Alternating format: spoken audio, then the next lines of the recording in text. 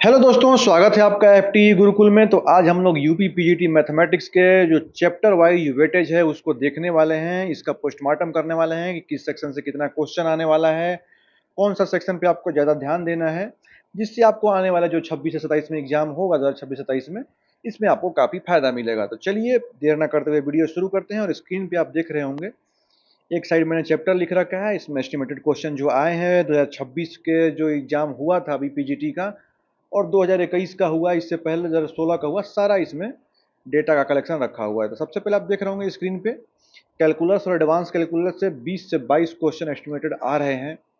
तो high priority में इसको रखा गया है, कैलकुलस और एडवांस कैलकुलस को। उसके बाद अलजेब्रा, इसमें लीनियर और एब्स्ट्रैक्ट अलजेब्रा शामिल है, ये भी 18 से 20 क्वेश्चन है, ये भी हाई प्रायोरिटी में है।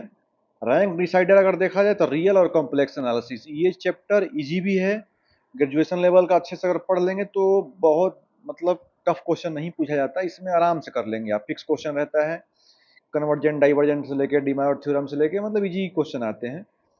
उसके बाद आप कोऑर्डिनेट डिफरेंशियल और ज्योमेट्री से देखेंगे तो कोऑर्डिनेट और डिफरेंशियल ज्योमेट्री से 15 से 18 क्वेश्चन है, इसकी भी प्रायोरिटी हाई है। उसके बाद वेक्टर टेंसर और एडवांस मैकेनिक्स से 15 से 18 क्वेश्चन, इसकी भी प्रायोरिटी है, ये भी रैंक डिसाइड करेगा आपका अगर ये अच्छे से कर लेते हैं तो।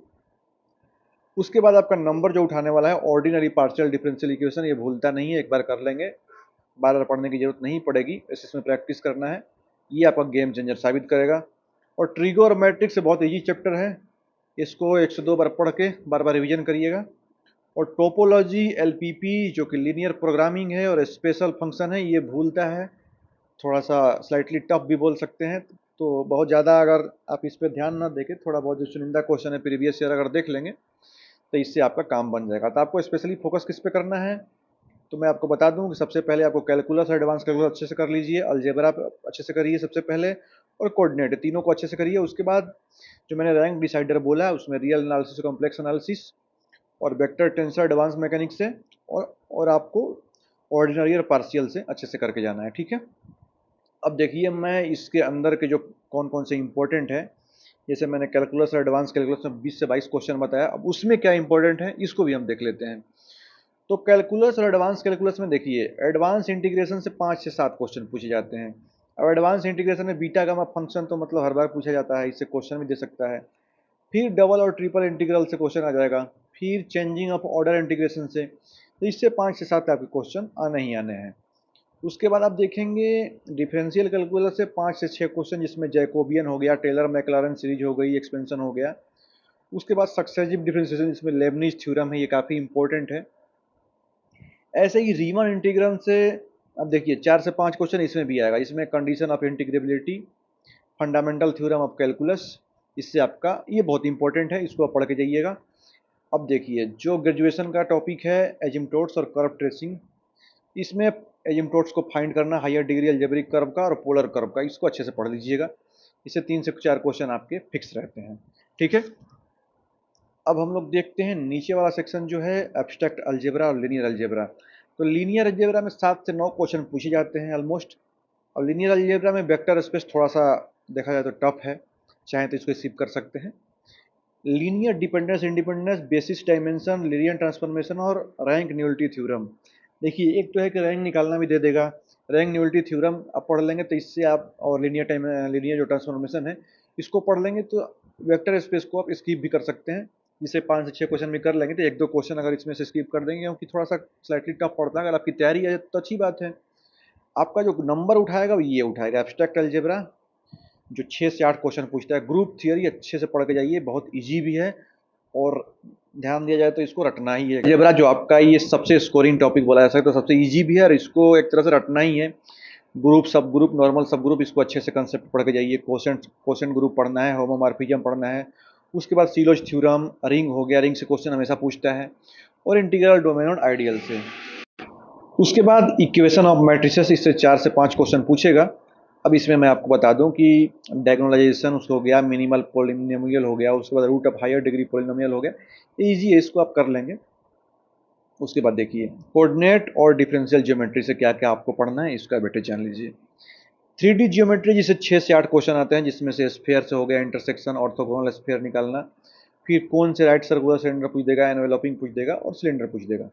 ये चैप्टर मतलब मीडियम है, इसको आप पढ़ लेंगे, हो जाएगा, इसमें कोई खास नहीं है।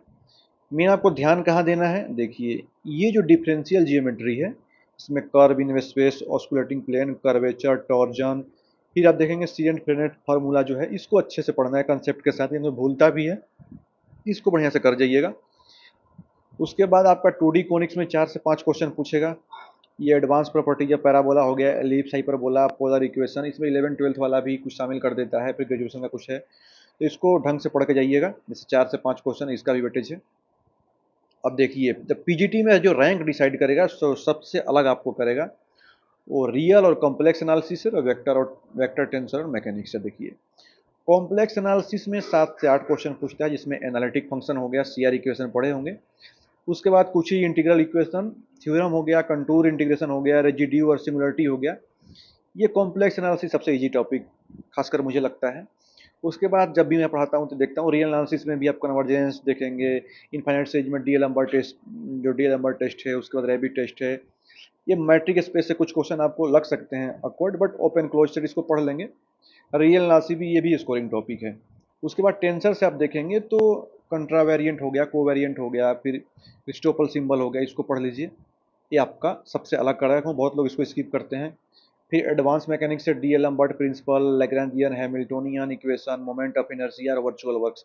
ये थोड़ा सा स्लाइटली हल्का सा बोल सकते हैं ना कि थोड़ा टफ पड़ता है, और ये लोग अगर छोड़ देते हैं तो इससे होता क्या है कि अब इसमें अगर आप कर लेंगे तो आप सबसे आगे रहेंगे, क्योंकि देखिए चुनिंदा है, प्रीवियस ईयर से भी क्वेश्चन देख के ये टॉपिक कर सकते हैं।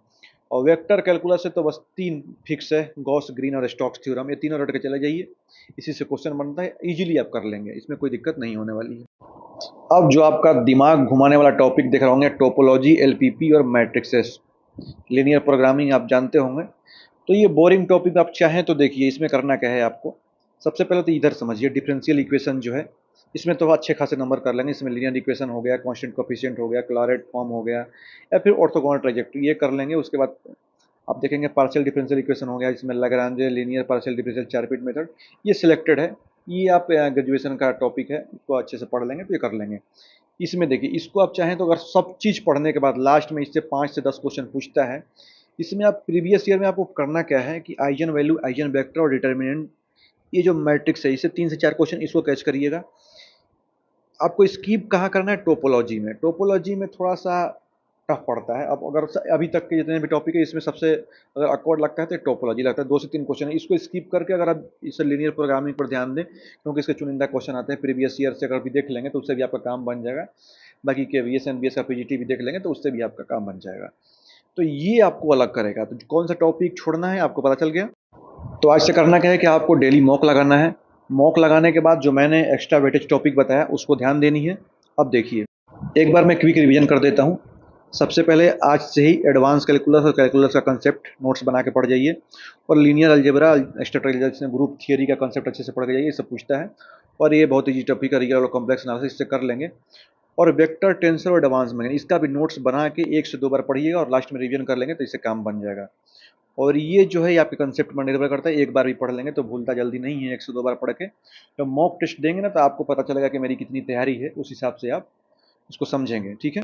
इसके बाद देखिए, ये जो ट्रिगो और मैट्रिसेस है, एआईजी चैप्टर है, इसमें मैंने बोला थोड़ा सा इसको स्किप कर सकते हैं। इसमें कुछ लीनियर प्रोग्रामिंग के फिक्स रहते हैं क्वेश्चन, वो पढ़ सकते हैं।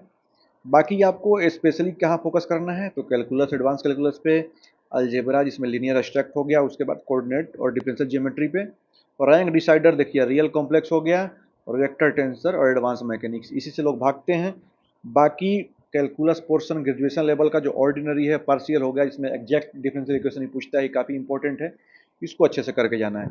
बाकी अगर कोई भी दिक्कत होती है आप कमेंट बॉक्स में बताइए, बिल्कुल हेल्प की जाएगी। बाकी मिलते हैं नेक्स्ट वीडियो में। जय हिंद।